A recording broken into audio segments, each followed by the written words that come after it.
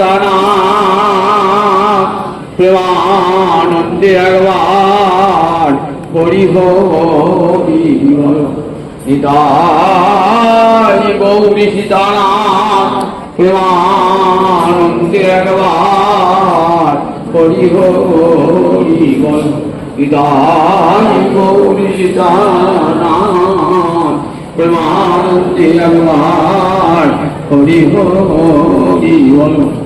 হইয়াছেন আর হবেন যত আমার মহাপ্রভুর দাস, সবার চরণবন্দি দন্তে করিদাস। ভজ শ্রীকৃষ্ণ চৈতন্য প্রভু নিত্যানন্দ, শ্রী অদ্বৈত গদাধর শিবাচাদি গৌর ভক্ত বৃন্দ। জয় নিতাই জয় নিতাই জয়। আমি তো ভক্তবৃন্দে চরণ আমার কোটি কোটি দণ্ডবত প্রণিপাত। আজকে এক পরম শুভা তিথি, আষাঢ় মাসের পূর্ণিমা তিথি। একে আমরা কি বলি? ব্যাস পূর্ণিমা বা গুরু পূর্ণিমা। জগৎগুরু ব্যাসদেবের আবির্ভাব তিথি। পরাশর নন্দন ব্যাসদেব সত্যবতীর গর্ভে যার জন্ম, ব্যাস পেলেন জগতে হরিভক্তি প্রচার করবার জন্য। পৃথিবীতে যখন জ্ঞান ভক্তি লোপ পেয়ে যায়, তখন ভগবান শ্রীহরি ব্যাস রূপে আবির্ভূত হয়ে আবার বেদ ভাগ করেন, বৈদিক শাস্ত্রের অনুমোদিত পুরাণ আদি রচনা করেন, মহাভারত আদি রচনা করেন। উদ্দেশ্য জীবকে হরিমুখী করে তোলা। তাই ব্যাসকে আমরা কি বলি? জগৎগুরু বলি ব্যাস। আজকে সর্বত্র মন্দিরে মন্দিরে গৃহে গৃহে ব্যাসদেবের অর্চনা হয়। ব্যাস জগতের সমষ্টি গুরু। ব্যাসকে অর্চনা করে সবাই আপন আপন গুরুদেবের অর্চনা করে থাকে। ব্যাস জগৎগুরু।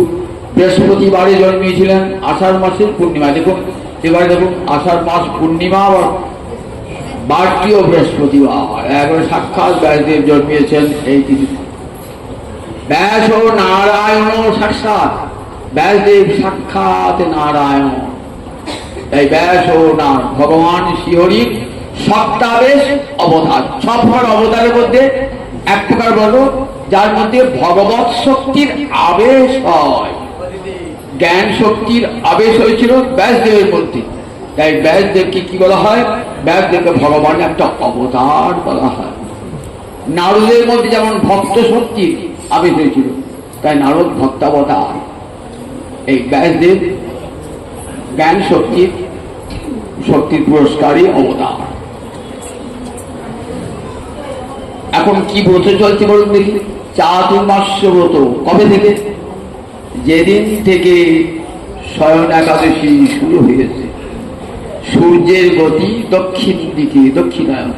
রথটা আসছে কোন দিকে? দেখেন গুন্ডিচাচল থেকে দক্ষিণ দিকে আসছে রথ। এটি কি ইঙ্গিত করে? সূর্য এবং দক্ষিণ দিকে। রথের গতির কি বোঝা যায়? সূর্য কোন দিকে? দক্ষিণ দিকে যাচ্ছে, দক্ষিণায়ন হবে। যেদিন উল্টো দিকে সূর্যের গতি দক্ষিণ দিকে, তাই কি হয়? দক্ষিণায়ন।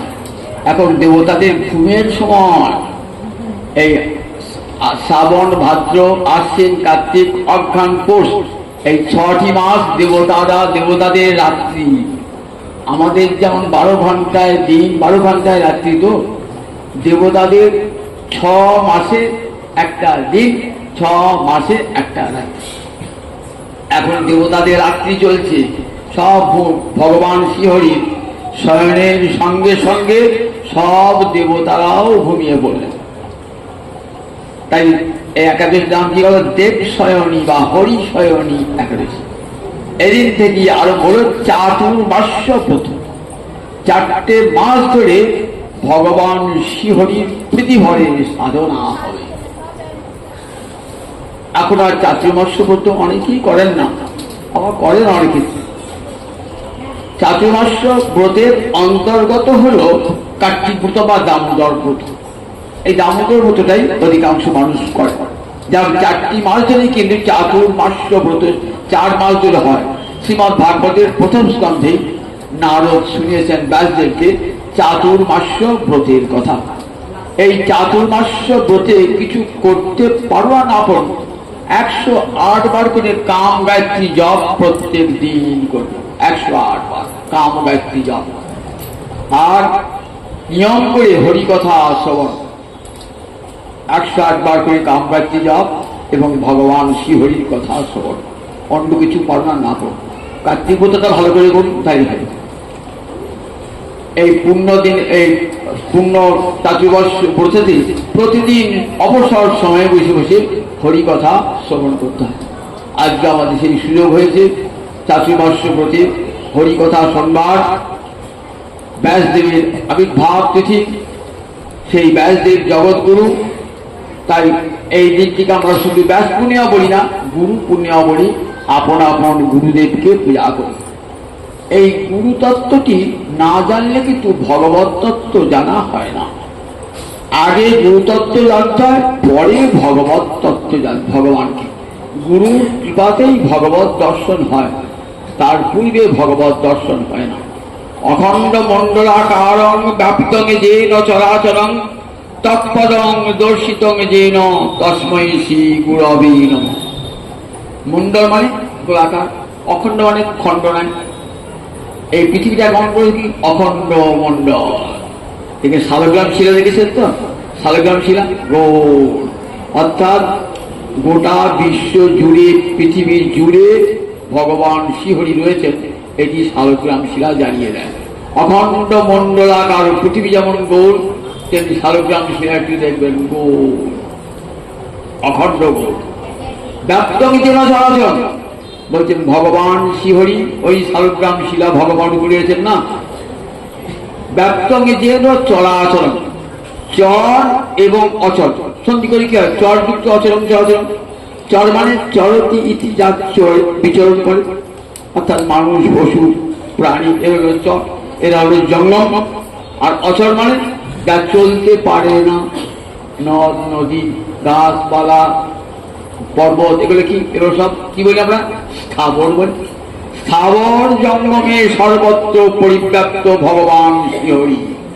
অখণ্ড মণ্ডলাকার ভগবান সর্বত্র ব্যক্ত হয়ে গেছেন জগতে, স্থাবরে জঙ্গমে সর্বত্র তিনি ব্যক্ত হয়ে রয়েছেন। সেটা সেনা থেকে তৎপদম, সেই পরম স্থানটিকে কে দেখিয়েছেন, তৎপদম দর্শিতম যেন। গুরুদেব কানে মন্ত্র দিয়ে বললে, দেখ জগতের সর্বত্র ভগবান শ্রীহরি বিরাজমান। চরে অচরে সর্বত্র তিনি আছেন। জগতের এমন কোন স্থান নাই যেখানে ভগবান শ্রীহরি নাই। বেদমন্ত্রে ঋষিরা বলছেন, ঈশাবাস্যমিদং সর্বং যৎকিঞ্চ জগৎযাং জগৎ তেন তক্তেন ভঞ্জিতা মা গৃহ কস্য সিদ্ধনা। ঈশা আবাস্য, অর্থাৎ ঈশ্বরের দ্বারা জগৎ পরিব্যাপ্ত। জগতের যা কিছু এখানে ওখানে যা কিছু দেখছেন, সর্বত্রই ভগবান শ্রীহরির দ্বারা পরিব্যাপ্ত। সেটা চেনালেন কে, তৎপদং দর্শিতং যেন। ভগবান শ্রীহরি কানে, ভগবান গুরু এসে কানে মন্ত্র দিয়ে দীক্ষা দান করে বলেন, দেখো জগৎবাসী, দেখো ভগবান শ্রীহরি জগতের সর্বত্র আছেন, অনরে অনিগে ভূধরে সর্বত্র তিনি বিরাজমান। সুতরাং তার হল না কম। এটা গুণশক্তি ছাড়া চেনাবেন কি?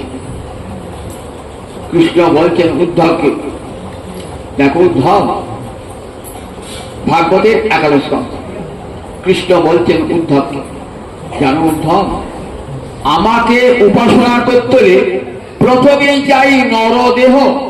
এই নরদেহ ছাড়া আমার ভজন হয় না। নরদেহের নিচে একটা দেহ আছে, তাকে আমরা কি বলি, তির্যক দেহ। তির্যক দেহ কারা? প্রাণীরা। মনুষ্য তো প্রাণীকে বলা হয় তির্যক প্রাণী। আর মানুষের উপর একটা দেহ আছে, তাকে বলে দেবদেহ। দেবদেহ, তাহলে উপর একটা দেবদেহ আর নিচে একটা তির্যক দেহ। মানুষ আছে মাঝখানে। মানুষ আছে মাঝখানে, এই যে নরদেহটা এই মাঝখানে, এই নরদেহটা বললেন আমার সেবার প্রথম উপচার। এই দেহটি না থাকলে আমার সেবা হবে না। যদি আমি মানুষ না হয়ে পশু হতাম, প্রাণী হতাম, কুকুর বিড়াল হতাম, তাহলে আমার তো মনন শক্তি নাই, আমি ভগবান কি জানতাম না। সুতরাং ভগবানের ভজন আমার পক্ষে সম্ভব হতো না। কখনো কোনো প্রাণী দেহ দিয়ে ভগবানের সেবা হয় না। দেব দেহ হতে পারে, উপরে দেবতার দেহ রয়েছে বলে দেব দেহ দিয়েও ভগবানের সেবা হবে না। কেন হবে না? বলেন দেবতারা স্বর্গের এত সুখমান অমৃত আস্বাদন করে দীর্ঘ পরমাণু দীর্ঘ যৌবন লাভ করে ভগবত ভজন বিমুখী হয়ে যান। তারা এত আনন্দ উল্লাসে মেতে থাকেন, আর ভগবানের কথা তাদের মনে থাকে না। তাই দেবতারা কখনো ভগবতমুখী হন না।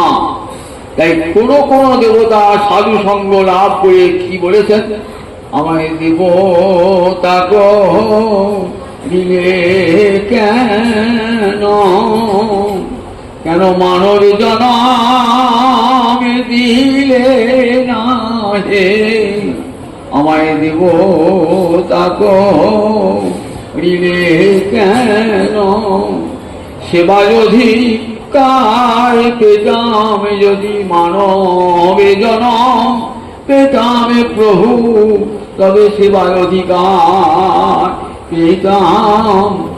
ব্রহ্মাদি দেবগণ দেখবেন ভগবানকে বলেছেন, গোবিন্দ কেন দেবতা করে আমাদের জন্ম দিয়েছ, আমাদের তো কৃষ্ণ সেবার অধিকারই জন্মায় না, কেন মানব জন্ম দিলে না? মানব জন্ম এমন একটি জন্ম, জানবেন ভগবান যখন আমাকে মানব জন্ম দিয়েছেন সেটি বিষয় ভোগের জন্য নয়, সেটি কৃষ্ণ সেবার জন্য। আমার দেহ, আমার মন, আমার প্রাণ, আমার সব ইন্দ্রিয় এমন করে ভগবান তৈরি করেছেন, এমন সুন্দর করে ভগবান তৈরি করেছেন, সুন্দরতম ভগবানকে সেবা করবার জন্য। নির্জমাদ্যং সুলভং সুদুর্লভং প্লবং সুকল্পং গুরুকর্ণধারং ময়ানুকূলেন নভস্যতিরিতং যোগমান ভবব্দিংতরে নতরেৎস আত্মহা। নির্জমাদ্যং বললেন আমার উপাসনা করতে প্রথমেই চাই নরোত্তম। আদ্যং মানে প্রথম। বিশ্বজগৎগুলি টিকা করে বলেছেন সর্ব বাঞ্ছিত ফলানাং মূলং। এই মানব দেহে আপনি যা যা বাঞ্ছা করবেন তাই ফল পাবেন। যদি উপরে উঠতে চান তাহলে উপরে উঠতে হবে, এই দেহরই উপরে উঠতে হবে। আর যদি নিচে নামতে চান নরকের পদে যান তাও যান। সর্ববাঞ্ছিত ফলানাং মূলং।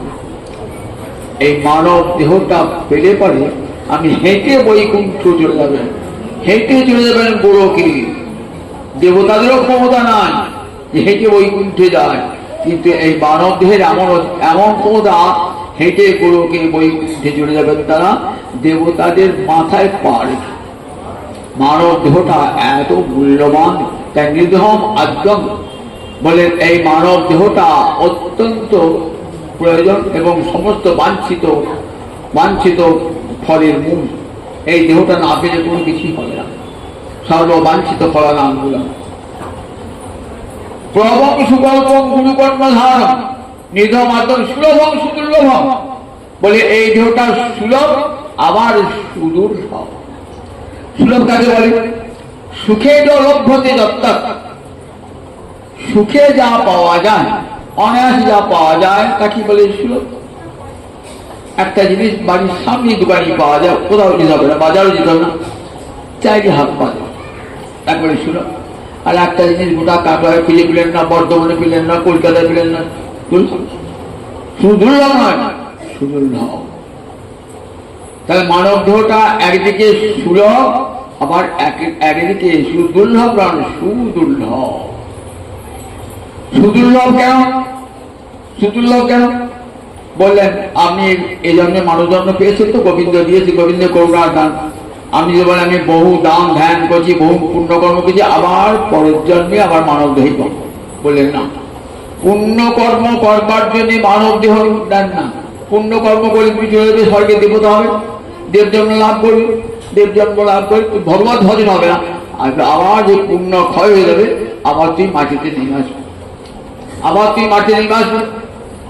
কিন্তু বললেন, সেই জন্য তাকে বললেন সুদূর্লভ, বলে মানব দেহ বাবা, ওই দেবতা হলেও মানব দেহ লাভ হয় না। বললেন সুদূর্লভ মানব দেহ, বহু জন্মের সাধনার ফল এই মানব দেহটা। ৮৪ লক্ষ জনই ভ্রমণ করে একবার এই মানব দেহ ভগবান দিয়েছেন পরীক্ষা করবার জন্য, যে এই দেহটা নিয়ে বিষয় ভোগ করো কেন, দেখবার জন্য ভগবান দিয়েছে। দেহটা দিয়েছি কি জন্য দিয়েছি? সুন্দর দুটো চোখ দিয়েছি, চোখ দিয়ে গোবিন্দ দর্শন হবে। সুন্দর যদি কান দিয়েছি, কান দিয়ে কৃষ্ণ কথা শ্রবণ হবে। জিহ্বা দিয়েছি, কৃষ্ণ মুখ বর্ণিত হবে। চরণ দিয়েছি, কৃষ্ণ ক্ষেত্রে গমন হবে। হস্ত দিয়েছি, গোবিন্দের জন্য মাল্য গ্রন্থন করবো, ভোগ রন্ধন করবো, তুলসী পাদাচয়ন করবো। তবেই তো সব ইন্দ্রিয়, মন দিয়েছি গোবিন্দের চরণ স্মরণ করবেন। সমস্ত ইন্দ্রিয় ভগবত সেবার অনুকূল। তাহলে দেখুন বলে তাই সুদূর্লভ, বললেন কোটি কোটি পুণ্য জন্ম, পুণ্য লাভ, পুণ্য কর্ম করো, কখনো মানব দেহ পাওয়া যায় না।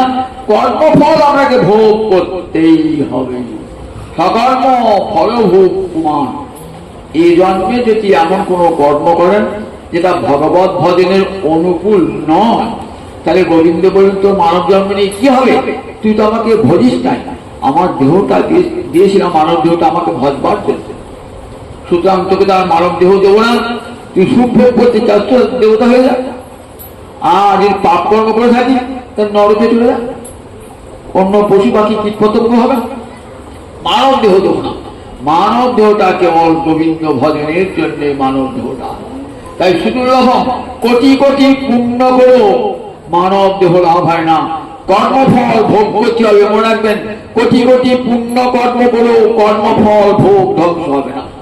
আপনাদের প্রারব্ধ কর্মফল ভোগ করতেই। কিন্তু কৃষ্ণ ভক্তি অপার মহিমা কি করেন? প্রারব্ধ হারিত্ব। দেখবেন ভক্তির একটা বড় গুণ প্রারব্ধকে ধ্বংস করবেন। এটি আর কেউ করে না, কেউ করে না। আমার যা কপালে লেখা আছে সেটা হবেই হবে, সেটাকে কেউ খণ্ডন করবে না। একমাত্র কৃষ্ণ ভক্তি সেটাকে খণ্ডন করবে।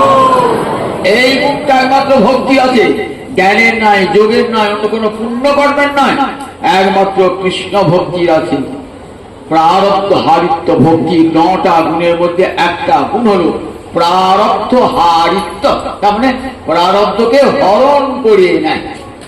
প্রারব্ধ মানে যে কর্মের ফলে আমার জন্ম হয়েছে তাকে প্রারব্ধ বলে। সেই প্রারব্ধ খণ্ডিত হবে একমাত্র কৃষ্ণ ভক্তির দ্বারা, আর অন্য কোনো উপায়ে সেই প্রারব্ধ খণ্ডিত হয় না। এবারে সুদূর্লভ বলেন, দেখো মানব জন্ম অতি সুদূর্লভ, কিন্তু সেই জন্মটা সুলভ হয় কি করে? দুটো বিপরীত ধর্মীয় বিশেষণ, সুদূর্লভ বা সুলভ। একটা জিনিসেরই, একটা বিশেষ্য পদের দুটো বিশেষণ, এমন দুটো বিপরীত ধর্ম, একটা সুলভ একটা সুদূর্লভ। কি করে হয়? বলেন সুলভ হবে কখন? এই জন্য মানব জন্ম পেলেন তো সাধু সঙ্গ লাভ হয়ে গেল, ভজন শুরু করলেন, কিন্তু সিদ্ধি লাভ হলো না, মৃত্যু এসে গেল। তখন যদি মনে মনে ভাবনা করা হয়, প্রভু সারাটা জীবন আমি কাটালাম বিষয়ে চিন্তা, আমার অন্তিমকালে সাধু সঙ্গ হলো, তখন বুঝলাম যে মানব জন্মটা গোবিন্দ সেবার জন্য, কিন্তু সেটি তো আর পাবার উপায় নাই। আমি মুমূর্ষ অবস্থায় মৃত্যু ভোগ করছি, প্রভু যদি কৃপা করে আবার একটা মানব জন্ম দাও, তাহলে সেই জন্মের প্রারম্ভে সকাল থেকে তোমাকে ভজন করবো। এই বাসনা নিয়ে যদি কেউ মৃত্যু হয়ে যায়, তাহলে পরজন্মে আবার সেই মানব দেহ পাবে, সুলভ হয়ে যাবে, সুলভ হয়ে যাবে।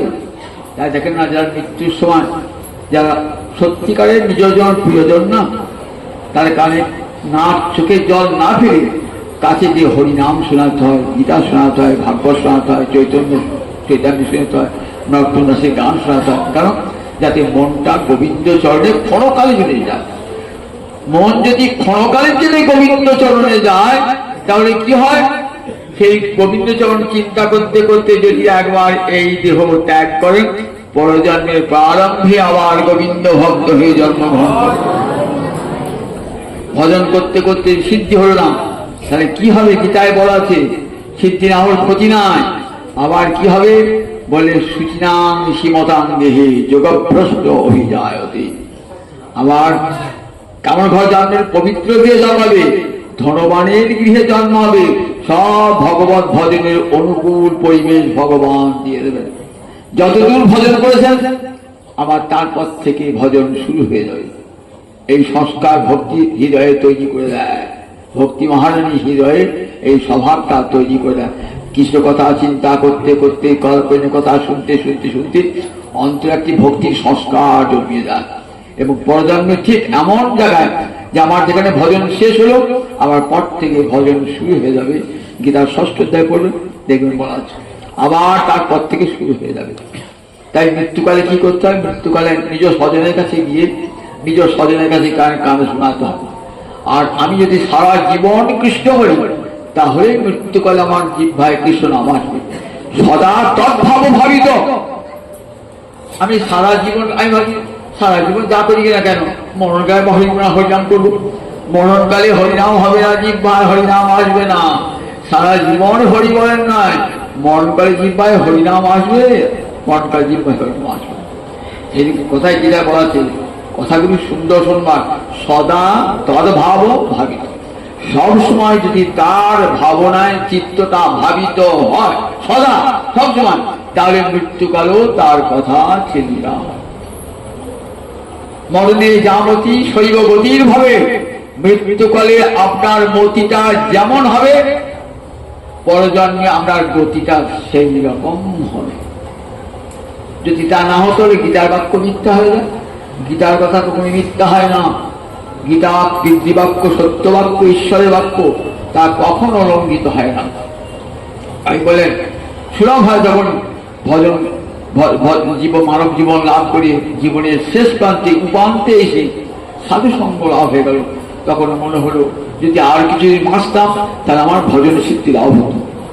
হলো না ভজন, কিন্তু মনে মনে ভাবনাটা এগিয়ে গেলেন তো পরজন্মে আবার আপনাকে মানব দেহই দান করবেন, কারণ ভজন করতে চেয়েছেন তো আবার মানব জন্ম দেবেন। তাই সুলভ হয়ে গেল। সুখে নলভ্যত নিদমাদ্যম সুলভম সুদুর্লভম প্লবম। প্লব মানে নৌকা, প্লব মানে নৌকা। নৌকাটা চলে কোথাও? নদীর উপরে, সমুদ্রের উপরে নৌকা চলে। তা এই যে দেহরূপ নৌকা, সেই নৌকাটা চলবে কোন নদীর, কোন সমুদ্রের উপর দিয়ে? বলেন ভবাব্ধি। অব্ধি মানে কি? অব্ধি মানে সমুদ্র। অধিয়তে অস্মিন ইতি। অপ মানে জল, জল ধারণ করে যা তাকে কি বলে? অব্ধি। জলধি সমুদ্র। তা ভবাব্ধি মানে ভব মানে সংসার। এই সংসার সমুদ্রে চলবে এই দেহরূপ নৌকা। এই দেহটা মানব যে কেমন নৌকা? বলেন সুকল্পম, সুগঠিত নৌকা। ডুবে যাবার ভয় নাই, কোনো ছিদ্র নাই, ছিদ্র রাখেন নাই। এমন সুন্দর করে ভগবান তৈরি করেছেন এই দেহটা। সুকল্প নৌকা আছে, নৌকায় বসে আছেন কে? জীবাত্মা বসে আছেন। দেহটা হলো নৌকা, আর সেই নৌকায় আরোহী কে? নৌকায় আরোহী হলেন জীবাত্মা। কোথায় যাবে জীবাত্মা? এই ভবসমুদ্রে চলতে চলতে না গোবিন্দ চরণ তাতে পৌঁছাবেন কে? কিন্তু নৌকা থাকলেই কিন্তু সমুদ্র পার হওয়া যায় না। কি যায়?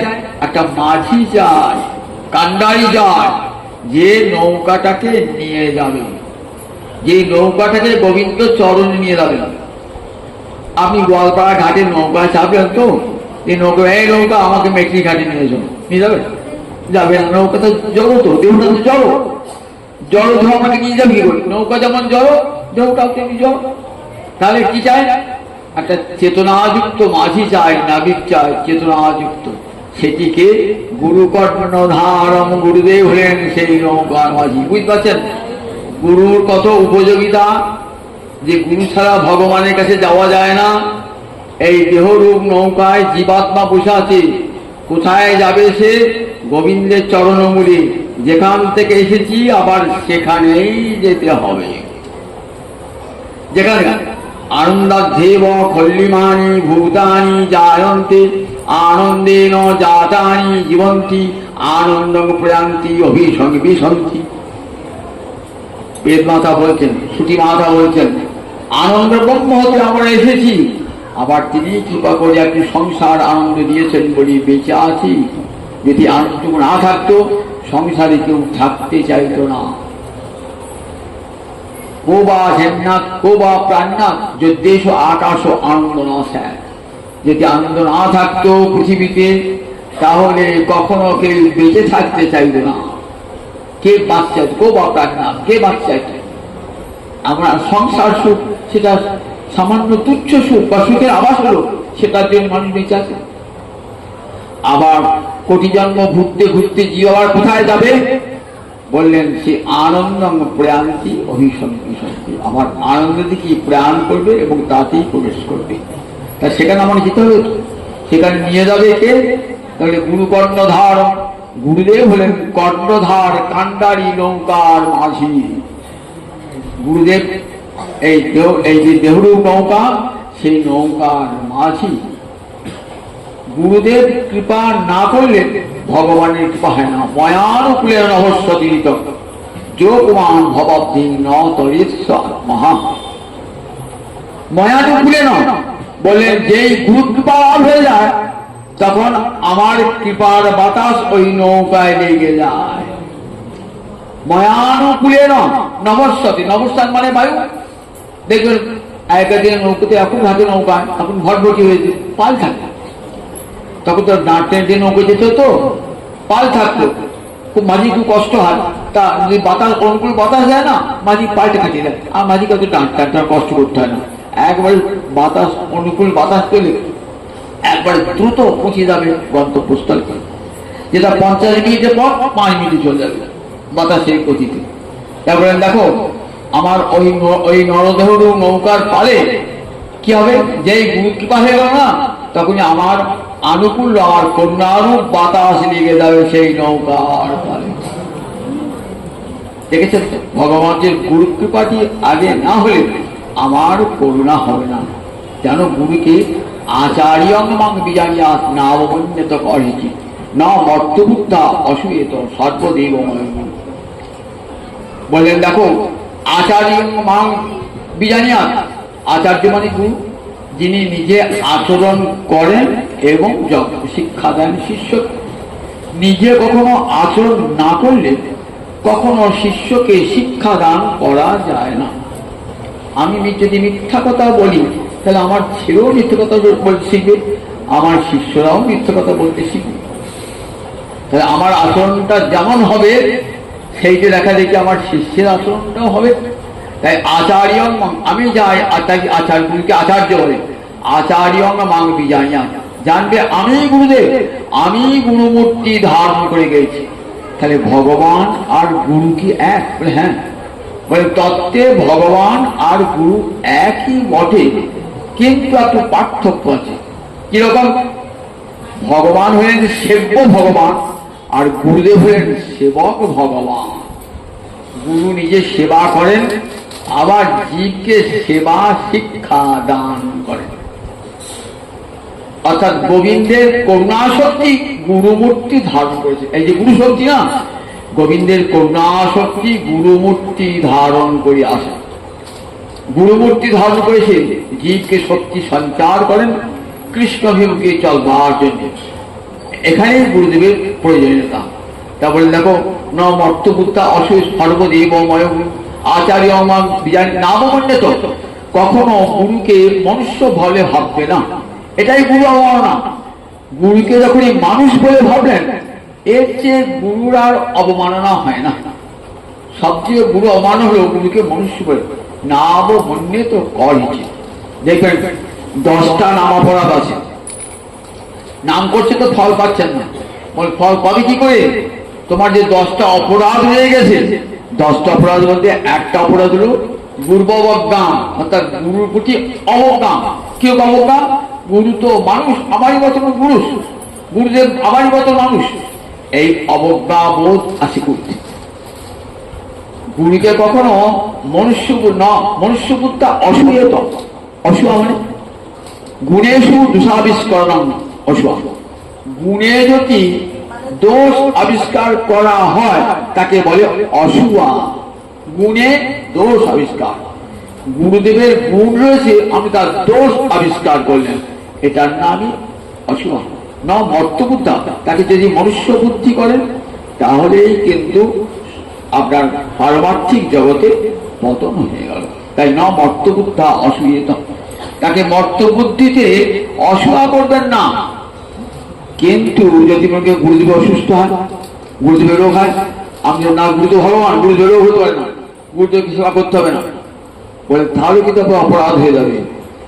বলেন লীলার গুরুদেব যখন অসুস্থ হয়েছে জানবেন এটা গুরুদেব একটা অসুস্থ লীলা, তখন তাকে নিয়ে মনুষ্য বুদ্ধিতে সেবা করতে হবে। তা মনুষ্য বুদ্ধিতে ঈশ্বরপুরী অসুস্থ হয়ে পড়েছেন, রামচন্দ্র ঈশ্বরপুরী মাধবেন্দ্রপুরী অসুস্থ হয়ে পড়েছেন, বয়স হয়েছে অসুস্থ হয়ে পড়েছেন, ঈশ্বরপুরী সেবা করছেন। কেমন সেবাটি করছেন? গুরুদেব দুরকম সেবা হয়, একটা প্রসঙ্গ, একটা পরিচর্যা। গুরুর কাছে বসে বসে গুরুকে কৃষ্ণ কথা শোনানো, এটার প্রসঙ্গ, হরিকথা প্রসঙ্গ তোলা, যাতে গুরুদেবের কাছে অন্য কোনো প্রসঙ্গ করবো না, সংসারে সুখ দুঃখের কথা গুরুদেবের কাছে বলবো না। গুরু কেমন করে আমার হরি ভক্তি লাভ হয়, কেমন করে একাদশী ব্রত পালন করতে হয়, কেমন করে জন্মাষ্টমী ব্রত পালন করতে হয়, এইসব তত্ত্ব গুরুর কাছে জানবো, এটা প্রসঙ্গ, এটার প্রসঙ্গ প্রসঙ্গ। আর পরিচর্যা, গুরু যদি অসুস্থ হয়ে যান তার সেবা করা। অন্য সময় তো গুরু সেবা করছেন, গুরুর জন্য ফুল এনে দিলাম, তুলসী এনে দিলাম, গুরুর জন্য জল এনে দিলাম, গুরুর স্নানের ব্যবস্থা করলাম, এগুলি সব সেবা। তার অসুস্থ হয়ে পড়েছেন মাধবেন্দ্রপুরী, তখন সেবা করছেন। একদিকে ঈশ্বরপুরী শোনান, হরিকথা শোনান গুরুদেবকে, কাঁদছেন, হে মথুরানাথ কবে তোমায় দেখবো, নয়ন জলে ভাসেন, বিছানায় পড়ে আছেন তো, রোগজর্জর দেহ মাধবেন্দ্রপুরী, আর কাঁদছেন, ওগো হে দীন দয়ার্দ্রনাথ, হে মথুরানাথ কবে তোমায় দেখবো, কবে তোমায় দেখবো, রোগ যন্ত্রণা ভুলে গিয়ে কেবল কাঁদছেন। আর ঈশ্বরপুরী কেবল কৃষ্ণ কথা শোনাতেন, আবার মলমূত্র নিজেই পরিষ্কার করছেন। কি আশীর্বাদ করলেন? বলেন তোর হোক কৃষ্ণের প্রসাদ, বললেন তো কৃষ্ণের প্রসাদ, তুই কৃষ্ণের অনুগ্রহ লাভ কর। স্বয়ং ভগবান গৌরাঙ্গ হরি তার শিষ্য হয়ে গেল। কেমন গুরুদেবের কৃপা, ভগবান হয়ে গেলেন শিষ্য তার কাছে, ঈশ্বরপুরী শিষ্য হয়ে গেলেন ভগবান গৌরাঙ্গ হরি, কেমন কৃপা। আর উল্টো দিকে দেখুন রামচন্দ্র পুরী কি করছেন, গুরুর কাছে থেকে গুরুকে বলছে আপনি তো পরব্রহ্ম, আপনি কাঁদছেন কেন, আপনার তো রোগ বালাই নাই, কিছুই নাই, আপনি তো পরব্রহ্ম, আপনি তো নিজেই কৃষ্ণ, কৃষ্ণ বলে কাঁদছেন না। বলি দূর হও তোমার কাছ থেকে, আমি কৃষ্ণ বিরহের জ্বালায় জ্বলছি আর বলছিস কেন তুমি কৃষ্ণ, দূর হও এখান থেকে। দেখলেন না শিষ্যকে তাড়িয়ে দিলেন রামচন্দ্রপুরীকে। দেখবেন চৈতন্য চৈতন্যতে রামচন্দ্রপুরীর কথা আছে। রামচন্দ্রপুরী এই গুরুর পরিত্যক্ত হয়েছিল তো, বলে কি হলে দেখুন একবারে ভগবানের উপর তো নিন্দুক, ভগবানকে নিন্দা করছে। মহাপ্রভু যখন পুরী যাবে না, মহাপ্রভুকে খুব সম্মান দিচ্ছেন, আমার গুরু ভাই বলে খুব সম্মান দিচ্ছেন রামচন্দ্রপুরীকে, আমার গুরুরই শিষ্য, খুব সম্মান দিচ্ছেন। বলছে তুমি সন্ন্যাসী এত খাও কেন, সন্ন্যাসী এত ভোজন ভালো না। মহাপ্রভু যিনি এলেন না, যিনি রামচন্দ্রপুরী এলেন, সে থেকে মহাপ্রভু খাওয়া কমে এবার 4 ভাগের 1 ভাগ খান। সবাই বলছে প্রভু মোর কথা শুনে আপনি ভোজন ত্যাগ করলেন কেন, কেন ভোজন করবেন কেন প্রভু, তুমি নীলাচলে কতবার খাও, 52 বার খাও, নীলাচলে খাওয়া প্রভু, গোবর্ধনে কত 80 অন্ন খেয়েছো, কেন খাবে প্রভু। বলছে না না উনি তো গুরু ঠিকই বলেছেন তো, সন্ন্যাসী বেশি আহার করতে না। আমার একদিন হচ্ছে কত পিঁপড়ে সার বেঁধে যাচ্ছে বম্বিলার মধ্যে, তা বলছেন তাহলে নিশ্চয়ই লুকিয়ে লুকিয়ে গৌরহরি মিষ্টি খান, নইলে ডুবে যাবে কেমন করে। দেখুন ভগবানের দোষ, ছিদ্রান্বেষী কেমন হয়ে গেছিল, বুঝুন তার গতি কি হতে পারে, যে এমন করে গুরু ছিদ্রান্বেষী, ভগবানের ছিদ্রান্বেষী গুরু যাকে পরিত্যাগ করেছেন তার যে কোথায় গতি হতে পারে সে তার চৈতন্য বলেন নাই, বলে বুঝে দেন তার গতি কোথায় হতে পারে। আর গুরুকে গুরুর প্রিয় পাত্র, তার গতি কেমন হবে। তাই নাম অর্থবুদ্ধা, গুরু অসুস্থ করেছেন, তখন মনুষ্য বুদ্ধি সেবা করতে হবে। রাঘবে ঝাড়ে তিনি বললাম না, মহাপ্রভুর আম হবে বলে শুক্তা চূর্ণ করে দিয়েছেন, শুক্তা চূর্ণ করে দিয়েছেন পুরানো শুকুদা। পুরানো শুক্ত মানে পটলের লতি পাতা, তিতো তো, শুকনো করে খেয়ে গুঁড়ো করে দিয়েছে, ওটা খেলে কি হয়? আমার সয় হয় না। তা থাকেন উড়িষ্যার সমুদ্রের দিকে থাকেন তো মহাপ্রভু আমার সয়, মহাপ্রভু চিন্ময় আমাদের দিকে আমার সয় হয়, মহাপ্রভু আমার সয় হয় নাকি? কিন্তু পেটে আমদোষ নষ্ট করে বলে মনুষ্য বুদ্ধিতে মহাপ্রভু পায়, দময়ন্তী মনুষ্য বুদ্ধির পরে মহাপ্রভু পায়। মনুষ্য বুদ্ধি করে এত ভালোবাসা, মনুষ্য বুদ্ধিতে ভালোবাসা, তাই অসুয়া করবেন না, ভালোবাসবেন মনুষ্য বুদ্ধিতে, কিন্তু কখনো অসুয়া করবেন না। দেখবে কেন? আমি তো দেখছি, বললেন তুমি তো তুলসী গাছকে দেখছো, আবার একটা পাশে একটা গাছ হয়েছে, সেই গাছটাকেও দেখছো, দুটো গাছই তো এক। জল ফেলে বাঁচে, জল না ফেলে বাঁচে না, রুটি শুকিয়ে যায়, শুকিয়ে যায়, তাহলে দুটো গাছ কি এক? আমরা প্রতিদিন তুলসী কাছে গিয়ে বলছি বৃন্দা ওই তুলসী দেবই প্রিয়া ওই কে সমস্য কৃষ্ণ ভক্তি প্রদে দেবী সত্যমত্তই নন। আমার জল ঢালছি মাথাতে, গোবিন্দ বল্লভাং দেবী ভক্ত চৈতন্য কারণী স্নাপায়ামি জগদ্ধাত্রী হরি ভক্তি প্রদায়। সন্ধ্যেবেলা ধূপকাঠি দিয়ে তুলসীকে বলে নম নম তুলসী কৃষ্ণ প্রেয়সী বলে গান করে তুলসীকে মন্ত্র করছি। ওই পাশে গাছে কিছু করছি না, পাশে গাছকে জলও দিচ্ছি না, তাকে তার কীর্তনও করছি না, তাহলে একই যে বৃক্ষ ধর্ম রয়েছে, ওর মধ্যে যে বৃক্ষ ধর্ম তুলসী বলতো, তবু জানি তুলসী আমরা সাক্ষাৎ শ্রীহরি তুলসী, এই জ্ঞান আছে। তুলসীকে আমরা চিন্ময় বলে ভাবি।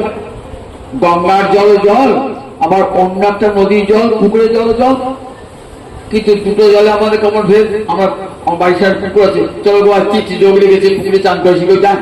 কেউ যায় কি পুকুরে চান করছে? কোন নদী চান করতে যায়? কোন নদীতে চান করছে না, পাশে তদের নদী রয়েছে, চান করতে যায়? সবাই যায় গঙ্গায় চান করবো, নয় নর্মদায় চান করবো, নয় সিন্ধুতে চান করবো, নয় কাবেরীতে চান করবো, পূর্ণ তীর্থে করবো। তাহলে গঙ্গার জল আর অন্য পুষ্করী বা নদীর জল কখনো এক নয়। গঙ্গার জল জলভ্রম, জলের ধর্ম কিছু রয়েছে, অজয়ের জলে বুদবুদ হচ্ছে, আবার গঙ্গা জলে বুদবুদ হচ্ছে। আমি দুটি একজন, দুটির জল একবার না, দুটো জল একবার। হরিচরণ ধৌত জল গোবিন্দের জল ধোয়া জল। সুতরাং এই যে পুকুরের জল না, অন্য নদীর জল নয়, সুতরাং এই জলের আলাদা মহিমা।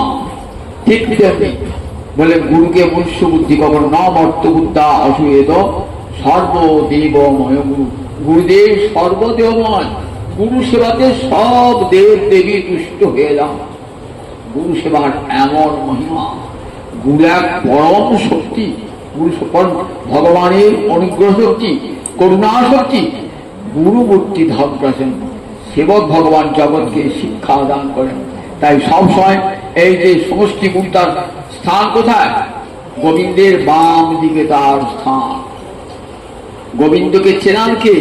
গুরুদেব চেনান গোবিন্দকে। তৎপদং দর্শিতং যেন তস্মৈ শ্রী গুরবে নমঃ। সেই গোবিন্দ চরণ কিনেছেন আমার গুরুদেব, আমার কানে মহামন্ত্র দিয়ে। তাই তার করুণা ছাড়া তখন আমি ভগবানের করুণা পাবো না। যস্য প্রসাদাৎ ভগবান প্রসাদ, প্রসাদ মানে অনুগ্রহ কৃপা।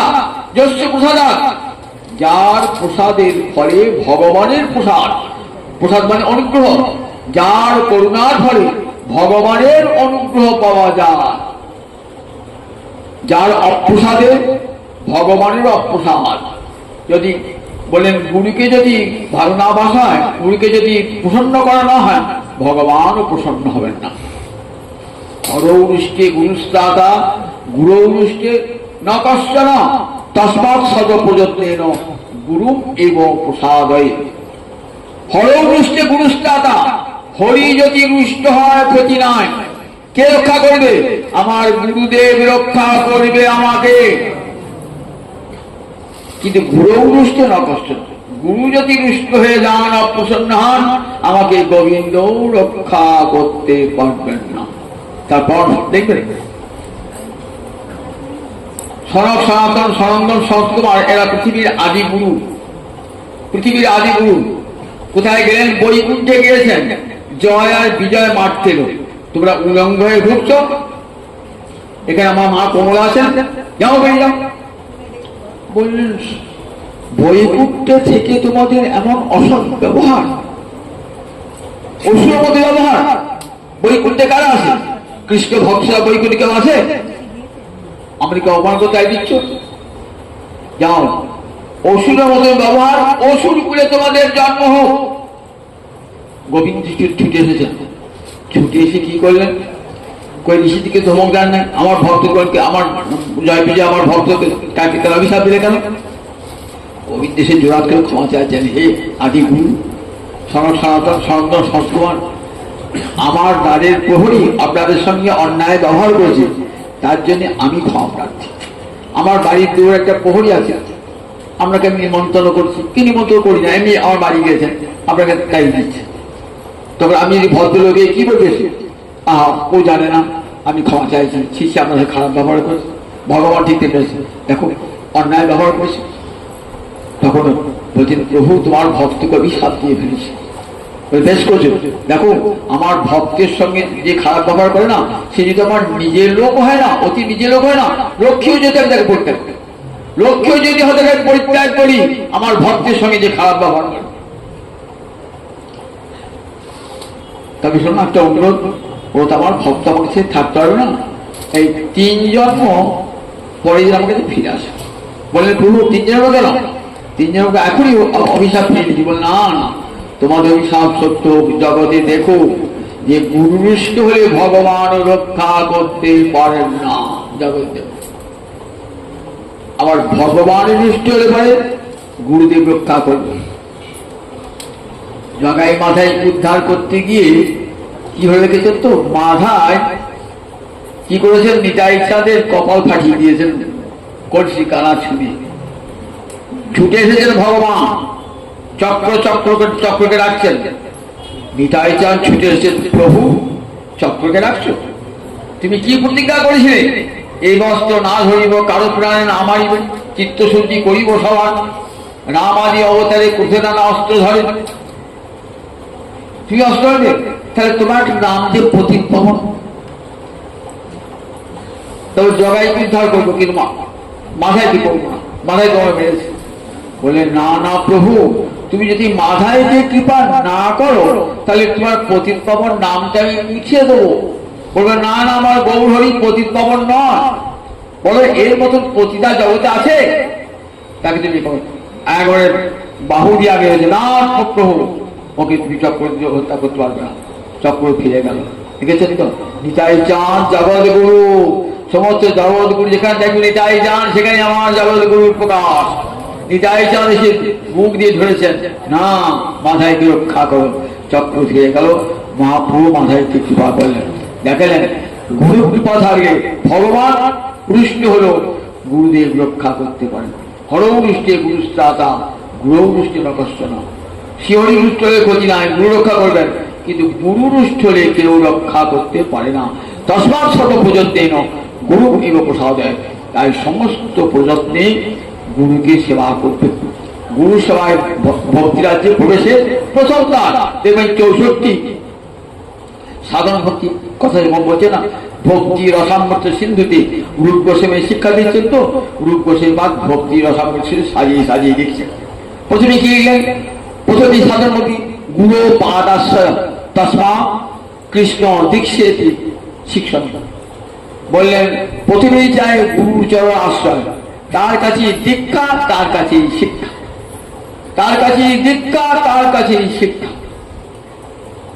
তসমা তার কাছে, তসমা মানে 1 বছর আছে, তার কাছে কৃষ্ণ দীক্ষা শিক্ষিত শিক্ষক শিক্ষণ, তার কাছে দীক্ষা, আবার তার কাছেই শিক্ষাটা হয়। 5টা গুরু হয় না, এক জায়গায় দীক্ষার মন্ত্র নিলাম আর 5 শিক্ষা গুরু করতে হয়। কোথাও বলা নাই শিক্ষা মন্ত্র বলে কোনো মন্ত্র নাই। ভালো করে দেখুন, শিক্ষা মন্ত্র বলে কোনো মন্ত্র হয় না। কোথাও দেখান দেখি শিক্ষা মন্ত্র বলে। শিক্ষা মানে ভজনের শিক্ষা যেখানে পাবেন। গুরুদেব, আপনার গুরুদেব প্রাপ্তি হয়ে গেছে, এবার কোনো মহৎ ব্যক্তির মুখে ঠিক দেখছেন আমার গুরুদেব যে সম্প্রদায়ের, সেই সম্প্রদায়ের উপযুক্ত কথাগুলো বলছেন, যেগুলো আমার ভজন সাধনের পক্ষে অনুকূল, তখন তার কাছে তাকে মনে মনে হবেন, তাকে তার পাঠ শুনলেন, তার কথা শুনলেন, তাকে শিক্ষা গুরুকে মানলেন।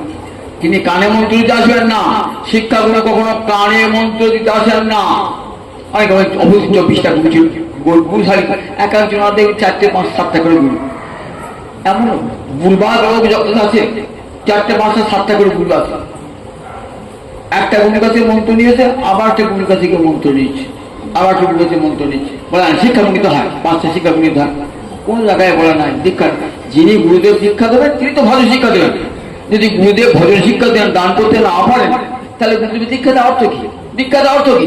আমি সেই গুরুকে চটকে শিক্ষা করতে পারেন, তাহলে গুরুকে অপমান করা হলো না। আমার গুরুটা দীক্ষা দিতে পারে, জানে না ভজন শিক্ষা, আমি ওকে দীক্ষা দিলাম। আজ যার কাছে দীক্ষা তার কাছে এই শিক্ষা হতে হবে।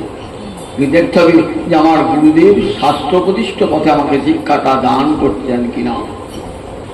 গুরু বলে যদি অবলিপ্ত হয় কোনো গুরু অবলিপ্ত বললেন উৎপথ প্রতিপন্নস্য কার্যাকার্য অজানত, কোনটা কার্য কোনটা অকার্য জানেন না, কোনটা শাস্ত্রীয় সিদ্ধান্ত কোনটা শাস্ত্রীয় অসিদ্ধান্ত জানেন না। উৎপথ প্রতিপন্নস্য খারাপ পথে গুরুদেব চলে গেছেন। বললেন এমন যে গুরুদেব, তাকে গুরুদেবকে দূর থেকে প্রণাম জানাবেন। এইবার ঠিক গুরু তুল্য কোন ব্যক্তির কাছে সেখানে তার কাছে ভজন সাধনের উপদেশ গ্রহণ করবেন, তার কাছে ভজন সাধন উপদেশ গ্রহণ করবেন। সেগুলিকে ত্যাগ করবেন না, মনে মনে দূর থেকে প্রণাম জানাবেন, কিন্তু তার সঙ্গ কখনো করবেন না। কারণ জানবেন তার কথাগুলি সব শাস্ত্র বিরোধী হচ্ছে। এবং আমি যা চাই কোন স্বার্থ শৈবের কাছে আপনি দীক্ষা নিয়েছেন, কিন্তু মনটা আপনার কৃষ্ণ ভাবনা অনুকূল, তাহলে কি করবেন? তাহলে কি সেই শৈব সেই স্বার্থের অর্থে চলবে? কখনো তা নয়। আমি তো চাই বৃন্দাবনে যেতে রাধা গোবিন্দের যুগল সেবা। সুতরাং শক্তি মন্ত্র, শৈব মন্ত্র, এগুলি মন্ত্র সবই মন্ত্র। এবার যা যা যে পথে যাবে, কিন্তু আমি চাই আমি যে পথে যাব আমার গুরুদের আমি সেই গুরু অনুসরণ করবো যে গুরু আমাকে বৃন্দাবনের পথে নিয়ে যাবে, আমাকে গোলকের পথে নিয়ে যাবে যে গুরুদেব, আমি সেই গুরুর সন্ধান করবো। সমস্ত গুরুকে সম্মান জানাবো, জগতে যত গুরু শাক্ত শৈব যা যা গুরু আছেন সবাইকে সমস্ত মহৎজনকে সেবা প্রণাম জানাবো, ভক্তি জানাবো, শ্রদ্ধা। কিন্তু উপদেশটি কার গ্রহণ করবো? দেখবো যিনি ভক্তি পথের যাত্রী, বৃন্দাবনের যাত্রী, একমাত্র তারই সঙ্গ আমি করবো, সেই মহৎজনের সঙ্গ আমি করবো। এটাই সাধুজনের নিয়ম। 5টা জায়গায় ঘুরলে পরে কখনো এক জায়গায় পৌঁছানো যায় না। বলেন একটা ভজন পথে একটা নিষ্ঠা থাকে, তাই নিষ্ঠা যদি না থাকে না, তাহলে কখনো ভজনের উদ্দেশ্য সিদ্ধি লাভ করে না। হনুমান জানেন যে রামচন্দ্র যা নারায়ণ তাই, হনুমান জানেন, বলে আমি জানি রামচন্দ্র যা কৃষ্ণ তাই, কিন্তু আমার সর্বস্ব রামচন্দ্র। দেখেছেন মুরারি গুপ্ত মহাপ্রভু মুরারি গুপ্তকে বলছেন, মুরারি তুমি কৃষ্ণ ভজন করো। মুরারি শ্লোক থেকে মুরারি তো হনুমান মুরারি হয়েছেন, রামচন্দ্র তার কেউ জানেন না। বলছি প্রভু তাই করবো, তোমাকে এত ভালোবাসি তাই করবো। রাত্রে দেখে শিওরে রামচন্দ্র এসে দাঁড়িয়ে আছে, কাঁদতে কাঁদতে প্রভু রামচন্দ্র এসে দাঁড়িয়ে আছে আমার শিওরে, আমি কি করে রামচন্দ্র সাজবো? মহাপ্রভু জড়িয়ে ধরেছেন, মুরারি সত্যই তুই মুরারি মানে কৃষ্ণ, মুরের ওরি মুর একটা ওষুধ, তাকে দমন করেছিলেন মানে কৃষ্ণ একটা মুরারি। মুরারি তোর হৃদয়ে গুপ্ত হয়ে রয়েছে, তুই অথার্থ করে মুরারি তুই প্রাণ ভরে রাম সেবা কর। জগৎকে নিষ্ঠা কেমন দেখো, নিষ্ঠা কেমন জিনিস। আমি কৃষ্ণ মন্দির দীক্ষা গ্রহণ করেছি গুরুদেবের কাছে, গুরুদেবের প্রদর্শিত পথেই আমি চলবো। গুরু আমাকে, আমি তো গোলবৃন্দাবনের পথে যেতে চাই, আমার গুরুদেবের সেই গোলবৃন্দাবনের পথে যাচ্ছি, আমি তারই পথ অনুসরণ করবো। জগতের সমস্ত মহাজনকে সম্মান জানাবো, সমস্ত গুরুবর্গকে সাধুকে প্রণাম জানাবো, কিন্তু অনুসরণ করবো আমার গুরুদেবের পথ। এই মনে করি কাউকে অপমান নয়, কাউকে অসম্মান নয়, আমরা সকলকে সম্মান দান, জীবে সম্মান দিবে জানি কৃষ্ণ নিষ্ঠান। কৃষ্ণ ভক্ত কখনো কাউকে অপমান করেন না, অসম্মান করেন না। জগতের সর্বত্র তারা মাথা নত করে থাকে না, সে শাক্ত হোক শৈব হোক যে কোনো ধর্মের লোক হোক না কেন, কৃষ্ণ ভক্ত সকলকে সম্মান মান করতে হয়নি। এটি কৃষ্ণ ভক্তি আর বড় গুণ। তাদেরকে সকলকে সম্মান দিয়ে নিজের গুরু প্রদর্শিত পথেই চলবেন, নিজের গুরু সবাই একই গুরু শক্তি। গঙ্গার জল, দেবরাজের ঘাটের জল আমি চান করছেন, সে একই গঙ্গার জল। আবার ছেঁড়াখালি ঘাটে চান করছে। আমি এই তুই ছেঁড়াখালি ঘাটে চান করিস, আমি দেবরাজের ঘাটে চান করি, জানিস আমি কালীবাড়ি ঘাটে চান করি। বললে দেখো গঙ্গার জল থেকে পাল্টে গেল নাকি, ছেঁড়াখালি ঘাটের জন্য আলাদা আর দেবরাজ ঘাটের জন্য আলাদা, একই গুরুদেব, একই গুরু শক্তি, সর্বত্র ভগবানের অঙ্গ শক্তি গুরু শক্তি এসেছেন। সুতরাং আমার গুরু তোমার গুরু কোনো ভেদ নাই, সমস্ত গুরুই এক। এই বোধ ভগবানই এই বোধ থাকতে হবে, সমস্ত গুরু ভগবানই এসেছেন কৃপা করে গুরু শক্তি দিয়ে। সেই গুরুদেব বলে প্রসন্ন করো সর্বপ্রকারে সেই গুরুকে ন মর্তবুদ্ধ অসুয়েত সর্বদেবময় হরি, গুরুদেব আমার সর্বদেবময়। গুরু সেবাতে সব কিছু পাওয়া যায় গুরুদেবে। গুরুদেব ভগবান গুরুর কাছে এমন কৃতজ্ঞ, বলেছেন দেখো গুরুদেবের কৃপা না হলে আমার কাছে আসতে পারে না। যে জীব কৃষ্ণ বিমুখী তাকে গুরুদেব নিয়ে আসেন আমার কাছে, তাই আমি গুরুর কাছে চির কৃতজ্ঞ। তাই প্রথমেই কার পূজা করবে?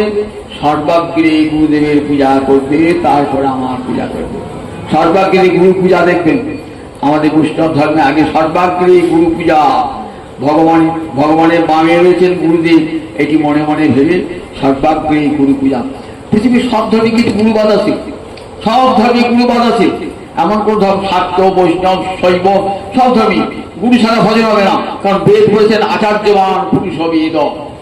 ভগবান আচার্যবান মানে গুরু না থাকলে ভগবানকে জানা যায় না। সব ধর্ম, হিন্দু ধর্ম, মুসলমান ধর্ম, জৈন, খ্রিস্টান সব ধর্মে আছে। তবে আমার ধর্মে ব্যষ্টি গুরু স্বীকার করি আমরা। মুসলমানরা সমষ্টি গুরু, ওরা হযরত মুহাম্মদকে সবার গুরু বলে ভাবি। খ্রিস্টানরা যীশু খ্রিস্টকে সবার গুরু বলে ভাবি। আর আমরা ভাবি যে না আমার গুরু পৃথক, আমার কাছে ব্যষ্টি গুরু আর সমষ্টি গুরু। অন্যান্য ধর্মের সমষ্টি গুরু আছে, কিন্তু আমাদের হিন্দু ধর্মে সব ব্যষ্টি গুরু আছে। কোনো কোনো বিশেষ ব্যক্তি, যে কোনো মহৎ ব্যক্তিকে কৃষ্ণ শক্তি সঞ্চারিত হয়েছে, তিনি এসে আমাকে দীক্ষা দিচ্ছেন। গোবিন্দের কৃপা শক্তি, তিনি মূর্তিমান হয়েছেন। জীবের নিস্তার লাগি নন্দসুত হরি, ভুবনে প্রকাশন গুরু রূপ হরি। নন্দসুত হরি গুরু মূর্তি ধারণ করে জীবের কাছে এসেছেন পৃথক পৃথক পরিচয়ে।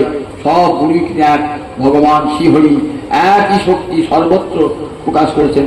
সেই গুরুদেবের কৃপা না হলে কখনো ভগবত ভজ হবে। তাই বললেন ময়ানুকূলে রহস্যতীতম যোগমান ভবপ্তি ন তদেশ আত্মহা। সেই গুরুদেবের কৃপা দিয়ে পেল না, সংসার সমুদ্র পার হতে পারল না, আত্মহা, সে তো আত্মঘাতী।